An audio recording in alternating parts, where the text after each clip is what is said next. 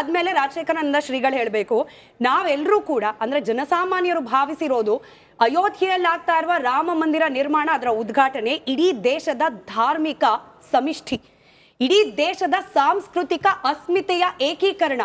ರಜಾಕ್ ಅವ್ರು ಹೇಳ್ತಿದ್ದಾರೆ ಇಲ್ಲೂ ಧ್ರುವೀಕರಣ, ಇದು ಇಬ್ಬಾಗ ಆಗ್ತಾ ಇರೋದು, ಇದನ್ನ ಒಡಿತಾ ಇರೋದು. ನಿಮ್ಗೆ ಹಂಗ ಅನಿಸ್ತಿದ್ಯಾ ಸುರ್ಭಿ ಅವರೇ? ಕಾಂಗ್ರೆಸ್ ಪಾರ್ಟಿಯವರು ಯಾವಾಗ ರಾಮ್ ಸೇತು ವಿಷಯವಾಗಿ ಅಫಿಡವಿಟ್ ಕಳಿಸಿದ್ರು ಅವರ ಸರ್ಕಾರದಿಂದ, ರಾಮಾಯಣನೇ ಕಾಲ್ಪನಿಕ ಮತ್ತೆ ಭಗವಾನ್ ಶ್ರೀರಾಮನೇ ಕಾಲ್ಪನಿಕ ಅಂತ ಆ ಥರ ಒಂದು ಕಾಲ್ಪನಿಕ ಯೋಚನೆ ಮಾಡ್ತಾ ಇದ್ದಾರೆ ಇವತ್ತು ನಮ್ಮ ಅಬ್ದುಲ್ ರಜಾಕ್ ಅವರು.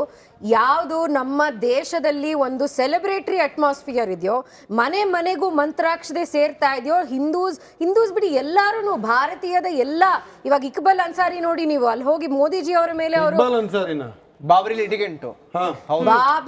ಲಿಟಿಗೆಂಟು ಅಬ್ದುಲ್ ರಜಾಕ್ ಅವರೇ, ಇಕ್ಬಲ್ ಅನ್ಸಾರಿ ಅವರು ಯಾರು ರಾಮ ಜನ್ಮಭೂಮಿನಲ್ಲಿ ಕಟ್ಟಬಾರದು ಅಂತ ವಿರುದ್ಧ ಹೇಳಿದ್ರು ಅವರೇ ಹೋಗಿ ರೋಸ್ ಪೆಟಲ್ಸ್ ಶವರ್ ಮಾಡಿದ್ದಾರೆ PM ಮೋದಿಜಿ ಮೇಲೆ. ಸೊ ಎಲ್ಲ ಜಾತಿ ಎಲ್ಲ ರಿಲಿಜನ್ ಅಕ್ರಾಸ್ ಎಲ್ಲರೂ ಭಾರತೀಯರು ಒಟ್ಟಿಗಾಗ್ತಿದ್ದಾರೆ ಅಂದ್ರೆ ನೀವು ಡಿವೈಡ್ ಆಗ್ತಿದ್ದಾರೆ ಅಂತಿದ್ದೀರಾ.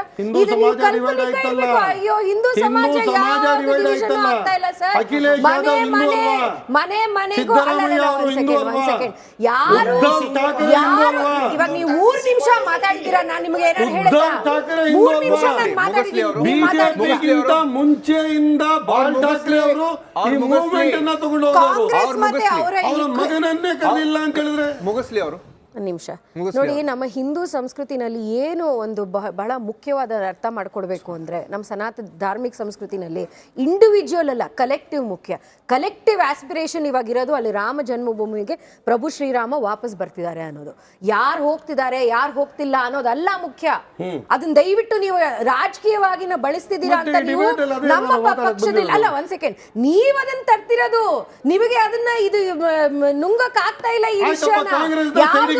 ಒಂದು ಸಮಾಜ ಒಟ್ಟಿಗೆ ಬರ್ತಾ ಇದೆ, ಪ್ರಭು ಶ್ರೀರಾಮ ಇಷ್ಟು ವರ್ಷ ಆದ್ಮೇಲೆ ಮನೆಗೆ ವಾಪಸ್ ಬರ್ತಾ ಇದ್ದಾರೆ ಅನ್ನೋದು, ಅದನ್ನ ನಿಮಗೆ ನಂಬಕ್ಕಾಗ್ತಾ ಇಲ್ಲ. ಹಿಂದುತ್ವ ಪದವನ್ನೇ ಸೃಷ್ಟಿಸಿದ ಬಾಲ್ ಠಾಕ್ರೆ, ಹಿಂದುತ್ವ ಪದವನ್ನ ಸೃಷ್ಟಿಸಿದ ಬಾಲ್ ಠಾಕ್ರೆ ಅವರ ಮಗನನ್ನೇ ಕರೆದಿಲ್ಲ ನೀವು. ಒಂದ್ ನಿಮಿಷ ದಯವಿಟ್ಟು ನಿಮ್ಮ ಪೆಟ್ಟಿ ಮೈಂಡ್ ಸೆಟ್ ಅನ್ನು ದಯವಿಟ್ಟು ನೀವು ಇಲ್ಲಿ ತರಬೇಡಿ. ಯಾರು ಕರೆದ್ರು ಪ್ರಭು ಶ್ರೀರಾಮ್ ಎಲ್ಲ ಮನೆಗೂ ಬರ್ತಿದ್ದಾರೆ, ಎಲ್ಲ ಮನೆಯಲ್ಲೂ ದೀಪ ಹಚ್ಚಿ ಸೆಲೆಬ್ರೇಟ್ ಮಾಡ್ತೀವಿ ನಾವು. ಎಲ್ಲ ಸಿಂಗಲ್ ಮನೆಯಲ್ಲೂ ಯಾರು ಕರೆದ್ರು ಕರೆದಿಲ್ಲ ಅನ್ನೋದು ರಾಜಕೀಯ ಮಾಡ್ತಾ ಇರೋದು ಕಾಂಗ್ರೆಸ್ ಪಕ್ಷ. ಇಬ್ರು ಮಾತಾಡಿದ್ರಿ, ಇನ್ನು 3 ಜನ ಇದ್ದಾರೆ, ಇನ್ನು 3 ಜನ ಇದ್ದಾರೆ. ಶಿಂಡೆಗೆ ಹೋಗಿರುತ್ತೆ ಪಾರ್ಟಿ ಚೀಫ್ ಅವರು, ಶ್ರೀಗಳೇ ಹೇಳಿ ರಾಮ ಮಂದಿರ ಶಿಂಡೆ ಪಾರ್ಟಿ ಚೀಫ್ ಗೊತ್ತಾಗಿಲ್ಲ. ಇವತ್ತೇ ಅನೌನ್ಸ್ಮೆಂಟ್ ಆಗಿದೆ. ಉದ್ಧವ್ ಠಾಕ್ರೆ ಯಾಕೆ ಹೋಗ್ಬೇಕು? ಶಿಂಡೆಗೆ ಹೋಗಿದ್ಯಲ್ಲ. ಉದ್ಧವ್ ಠಾಕ್ರೆ ಹೇಳ್ತಾರೆ ಗೋಧ್ರಾ ನಡೆಯುತ್ತೆ ಅಂತ, ಅಲ್ಲಿ ಅವ್ರು ಹೇಳ್ತಿದ್ದಾರೆ. ಅವ್ರು 4 ತಿಂಗಳು ಮುಂಚೆನೆ ಹೇಳಿದ್ರು, ಅವರು ಉದ್ಘಾಟನೆ ಮುಂಚೆ ಗೋಧ್ರಾ ತರ ಯಾವ್ದಾದ್ರು ಘಟನೆ ನಡೆಯುತ್ತೆ ಅಂತ. ಬಾಲ್ ಠಾಕ್ರೆ ಅವರ ಕೊಡುಗೆ ಎಷ್ಟು ಸರ್? ಬಾಲ್ ಠಾಕ್ರೆ ಅವರ ಕೊಡುಗೆ ಇದೆ. ಅವ್ರ ಮಗ ಬಾಯಿಗೆ ಬಂದಾಗ ಬೈತಿದ್ದಾರೆ ರಾಮ್ ಭಕ್ತರನ್ನ. ಇಲ್ಲ, ಯಾರನ್ನೂ ಬೈದಿಲ್ಲ. ಏನಿಗೆ ಗೊತ್ತಿಲ್ಲ ಶ್ರೀಗಳು ಹೇಳಿ. ರಜಾಕ್ ಅವ್ರ ಪ್ರಕಾರ ಹಿಂದೂ ಸಮುದಾಯ ಒಡೆದು ಹೋಗ್ತಾ ಇದೆ ರಾಮ ಮಂದಿರದ ರಾಜಕೀಯ ವಿಚಾರದಲ್ಲಿ, ಹೌದು? ಪ್ರಸ್ತುತವಾದಂತಹ ಸನ್ನಿವೇಶದಲ್ಲಿ ಹಿಂದೂ ಸಮಾಜ ವಸುದೈವ ಕುಟುಂಬಕಂ ಅನ್ನುವಂತಹ ಒಂದು ಹೆಗ್ಗಳಿಕೆಯನ್ನು ಪಡೆದುಕೊಂಡ ಸಮಾಜ. ಯಾವತ್ತಿಗೂ ಕೂಡ ಹಿಂದೂ ಸಮಾಜ ಈ ರಾಮ ಮಂದಿರದಿಂದ ಡಿವೈಡ್ ಆಗ್ತದೆ ಅನ್ನುವಂತಹ ಮಾತು ಅಪ್ಪಟ ಸುಳ್ಳು. ರಾಮ ಮಂದಿರದಿಂದ ಹಿಂದೂ ಸಮಾಜ ಒಗ್ಗಟ್ಟಾಗ್ತಾ ಇದೆ.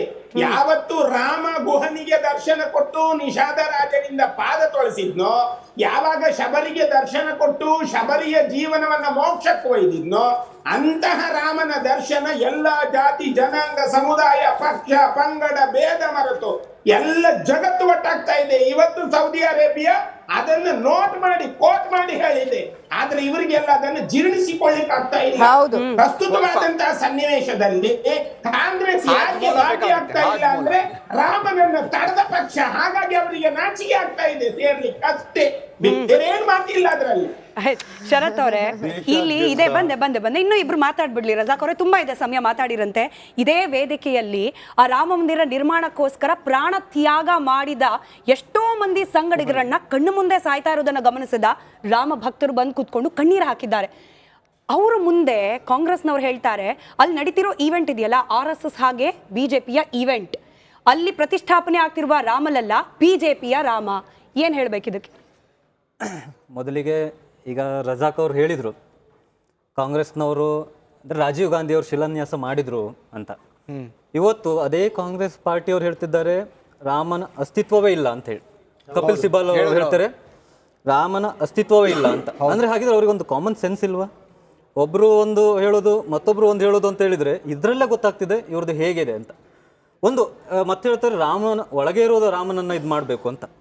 ಇವತ್ತು ಅವರೇ ಹೋಗಿ ಸುಪ್ರೀಂ ಕೋರ್ಟ್ ಅಲ್ಲಿ ರಾಮ ಮಂದಿರದ ವಿರೋಧವನ್ನ ಮಾಡ್ತಿದ್ದಾರೆ. ಅಂದ್ರೆ ಮಾಡಿದ್ದಾರೆ ಅಧಿಕೃತವಾಗಿ ಕಾಂಗ್ರೆಸ್ ಪಕ್ಷ ಅಲ್ಲ ಶರತ್. ಮಾತಾಡ್ಲಿಕ್ಕೆ ಬಿಡಿ ಒಂದು ನಿಮಿಷ. ಇದು ನೋಡಿ, ಈಗ ರಾಮ ಮಂದಿರ ನಿರ್ಮಾಣ ಇದು ಯಾವುದೇ ಒಂದು ಪಕ್ಷದಿಂದ ಬಂದಿರೋದಲ್ಲ, ಸುಪ್ರೀಂ ಕೋರ್ಟ್ ಆರ್ಡರ್ ಆಗಿರೋದು. ಸುಪ್ರೀಂ ಕೋರ್ಟ್ನಲ್ಲಿ ಇದರ ಬಗ್ಗೆ ಕುಲಂಕುಷವಾಗಿ ಚರ್ಚೆಯನ್ನು ಮಾಡಿದ್ದಾರೆ.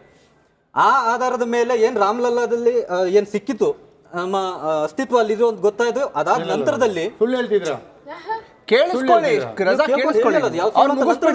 ಕೌಂಟರ್ ಮಾಡಿ. 1949 ಮಧ್ಯರಾತ್ರಿ ಇಗ್ಬಿಟ್ರು ಅಲ್ಲಿ ಹೋಗ್ಬಿಟ್ಟು. ಸುಮ್ನೆ ರೀ ನೀವು, ಸುಮ್ನೆ ಹೇಳಿ ಸ್ವಾಮೀಜಿ ಹೇಳಿ. ಎಟ್ಟಿದ್ದು ಅಲ್ಲ ಅದು, ಎಟ್ಟಿಗೆ ಇಟ್ಟಿದ್ದು. ಮಧ್ಯರಾತ್ರಿ 1949ರಲ್ಲಿ ವಿಗ್ರಹಗಳನ್ನ ಮಧ್ಯರಾತ್ರಿ ಇಟ್ಟಿದ್ದು.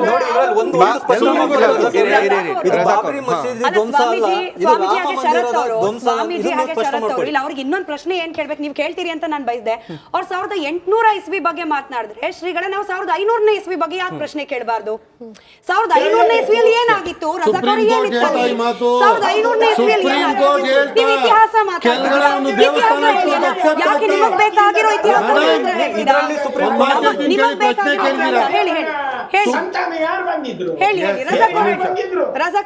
ಸುಪ್ರೀಂ ಕೋರ್ಟಿನ ಯಾವುದೇ ತೀರ್ಪನ್ನ ಎತ್ತಿ ನೋಡಿ ಆಥರ್ ಆಫ್ ದ ವರ್ಡಿಕ್ಟ್ ಅಂತ ಕೆಳಗಡೆ ಹೆಸರು ಬರ್ತಿರುತ್ತೆ. ಈ ವರ್ಡಿಕ್ಟ್ಗೆ ಹೆಸರು ಯಾರು ಬರ್ದಿಲ್ಲ. ಯಾಕೆ ಅಂತ ಹೇಳಿದ್ರೆ ಯುನಾನಿಮಸ್ ಸುಪ್ರೀಂ ಕೋರ್ಟೇ ಇದಕ್ಕೆ ವರ್ಡಿಕ್ಟ್ ಅಂತ ಹೇಳಿದ್ರು. ಇದು ಬಹುಸಂಖ್ಯಾತ ಹಿಂದೂಗಳ ನಂಬಿಕೆಯ ಮೇಲೆ ಕೊಟ್ಟಿರುವ ಒಂದು ತೀರ್ಪು. ಇದು ಟೈಟಲ್ ಸ್ಯೂಟ್ ಅನ್ನ ನೋಡಿಲ್ಲ. ಅಲ್ಲ ನೀವೇ ಇದು ಟೈಟಲ್ ಸ್ಯೂಟ್ ಅನ್ನ ಅಲ್ಲಿ ಉತ್ಖನನ ಮಾಡಿ ಆಚೆ ಹೌದು ಇಲ್ಲಿ ಮಂದಿರ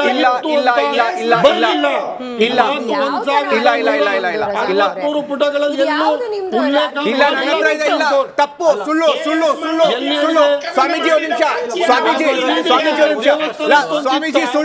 ಸ್ವಾಮೀಜಿ ಸುಳ್ಳು.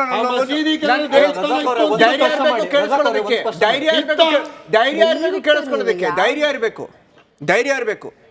ಸುಪ್ರೀಂ ಕೋರ್ಟು 9ನೇ ತಾರೀಕು ನವೆಂಬರ್ 2019 ಹೇಳಿದ್ದು. 2010 Allahabad high court decision, division of disputed land ಏನಿತ್ತೋ ಆ ಮ್ಯಾಟರು ತಪ್ಪು ಅಂತ ಹೇಳಿದ್ರು.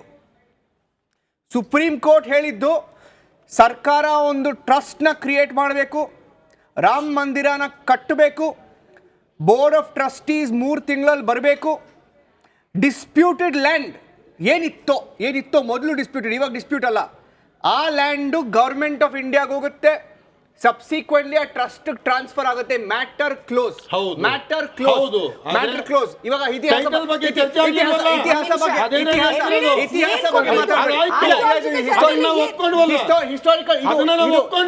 History class